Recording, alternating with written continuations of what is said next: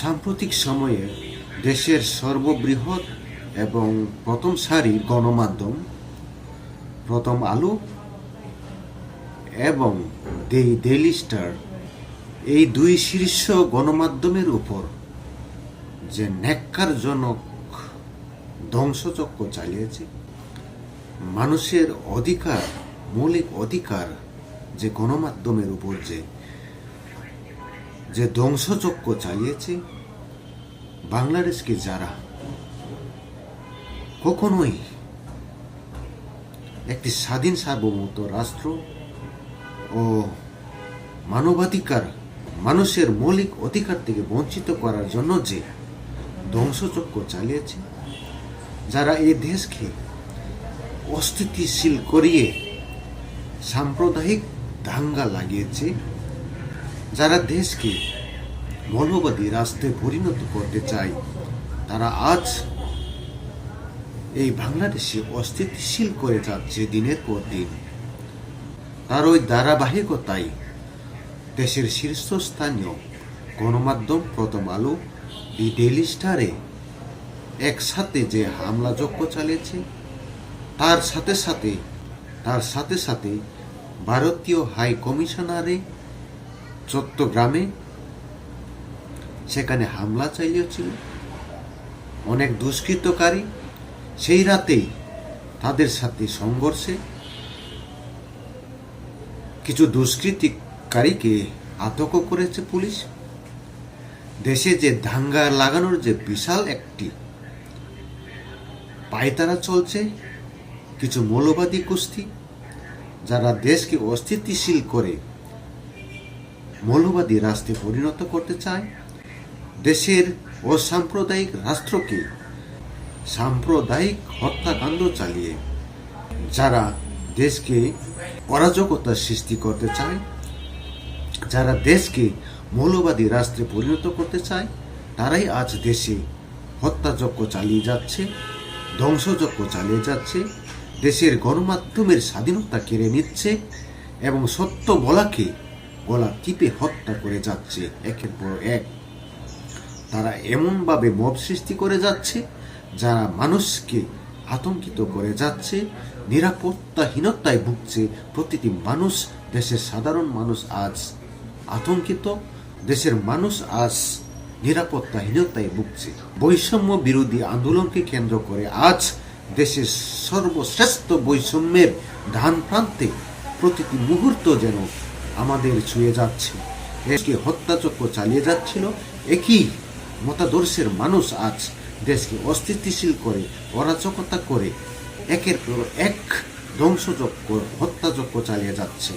এই ধ্বংসযজ্ঞকে নিষ্প্রাণভাবে দেশের সরকার এবং আইন শৃঙ্খলা বাহিনী নির্বিকারভাবে সমর্থন দিয়ে যাচ্ছে। জানি না তারা সরাসরিভাবে যদিও সমর্থন না করে, কিন্তু নীরবে যে তাদেরকে সমর্থন করে যাচ্ছে তা জলের মতোই পরিষ্কার। দেশের শীর্ষস্থানীয় গণমাধ্যম প্রথম আলো এবং ডেইলি স্টারে যখন হামলা চালানো হয়, ধ্বংসযজ্ঞ চালিয়ে যখন আগুনে পোড়ানো হয় এবং লুটপাট করা হয়, তখন উপস্থিত ছিল আইন শৃঙ্খলা বাহিনী, বাংলাদেশ সেনাবাহিনী। তারা নির্বিকারভাবে তাদেরকে যেন নিরাপত্তা দিয়ে যাচ্ছে যে তোমরা ধ্বংসযজ্ঞ চালাও, আমরা দাঁড়িয়ে আছি, আমরা আইন শৃঙ্খলা বাহিনী তোমাদের নিরাপত্তা দিয়ে যাব। এমনটাই দৃশ্য দেখতে পেয়েছি। সারা বিশ্বে মানুষ তাকিয়ে রয়েছে যে এই মব সন্ত্রাসকে তারা লালন পালন করছে, যারা সহযোগিতা করে যাচ্ছে, তারা কেউই নয়, তারা সরকার থেকেই মদত দিয়ে যাচ্ছে একের পর এক। দেশের উন্নতির কথা বলে, দেশের বৈষম্য বিরোধী কথা বলে, আর সরকারে এসে যদি আজ তারা ধ্বংসযজ্ঞকে সমর্থন দেয়, ধ্বংসযজ্ঞ করার জন্য যদি নিরাপত্তা দেয়, তাহলে দেশের মানুষ, সাধারণ মানুষ কিভাবে নিরাপত্তা পাবে? তা আপনাদের কাছে আমি প্রশ্ন করতে চাই। দেশ আজ কোথায় নিয়ে যাচ্ছে? তারা কি আজ এই দেশকে মধ্যযুগীয় আমলে নিয়ে যেতে চায় ফিরে আবার? মানুষের মৌলিক অধিকার কেড়ে নেওয়ার জন্য, মানুষকে নিরাপত্তাহীনভাবে নির্যাতন নিপীড়ন করার জন্য, মানুষকে যখন ইচ্ছা হয় তখনই মৌলিক অধিকারকে ধ্বংস করে তারা আজ দেশে কি বোঝাতে চান, দেশকে কিভাবে গড়তে চায় তা আজ জলের মতো পরিষ্কার। মানুষ আজ নিরাপত্তাহীনতা রয়েছে। চাকরি বাকরি, ব্যবসা বাণিজ্য কোনোটাই নিরাপদ নেই, কোনোটাই আজ মানুষ শান্তিতে নেই, সুখে নেই, নির্ঘুমে নেই।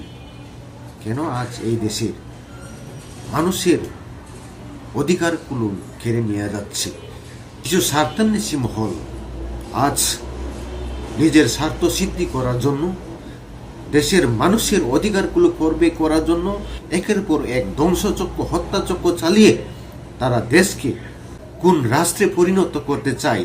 আমরা কি সেই সিরিয়া গাজাতে পরিণত হতে চলেছি? অবমাননার অভিযোগে ময়মনসিংহের বালুকায় হিন্দু ধর্মের এক ছেলেকে নির্মমভাবে পিটিয়ে হত্যা করে গাছের মধ্যে ঝুলিয়ে হত্যা করে আগুনে পুড়ে দিয়েছে একদল মৌলবাদী গোষ্ঠী। এই ঘটনাকে তৌহিদি জনতার আক্রোশ বলে চালিয়ে যাচ্ছে। দেশে কি হতে চলেছে? ইনকিলাব মঞ্চের ওসমান হাদির মৃত্যুর দিনে এই নৃশংস ঘটনা ঘটেছে ময়মনসিংহের বালুকায়। দীপু চন্দ্র দাস নামে ছেলেটি গার্মেন্টসে চাকরি করত দীর্ঘ 7 বছর ধরে। এই ছেলেটিকে চাকরির প্রমোশনকে কেন্দ্র করে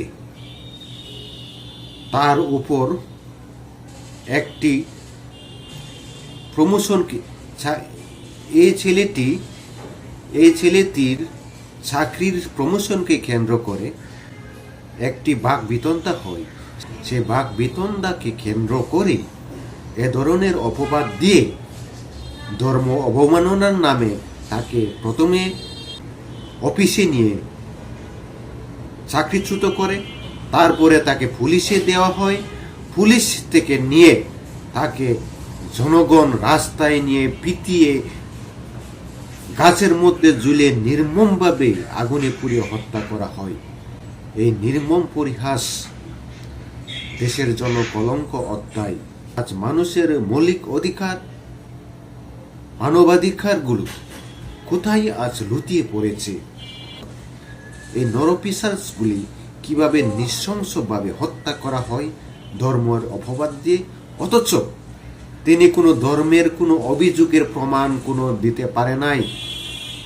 যদি সে ধর্ম অবমাননা করেই থাকে তাহলে দেশের আইন শৃঙ্খলা ছিল, পুলিশ হেফাজতে নিয়ে গেছিল, তাহলে কোনো প্রমাণ ছাড়াই তাকে কিভাবে এভাবে পুলিশ থেকে নিয়ে এনে জনগণ রাস্তায় নির্মমভাবে পিটিয়ে হত্যা করা হয়, তারপরে আগুনে পুড়িয়ে দেওয়া হয়?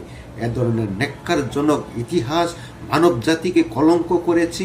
আমরা দেশ ও জাতি হিসাবে পৃথিবীর কাছে মাথা নিচু হয়ে থাকা ছাড়া এই দেশ ও জাতিকে কিভাবে পরিচয় করে দিতে চাই? আমরা কি নৃশংস জাতি? আমরা কি মৌলবাদী ধর্মান্ধ গোষ্ঠী? পরিবারের একমাত্র উপার্জন সক্ষমকারী ব্যক্তি ছিল দীপু চন্দ্র দাস। তার মৃত্যুতে পরিবারের ভরণ পোষণের দায় কে বহন করবে? তার স্ত্রী, সন্তান রয়েছে, তার পিতামাতা রয়েছে। তার পিতা ছিল উপার্জনকারীর অক্ষম অসুস্থ ব্যক্তি।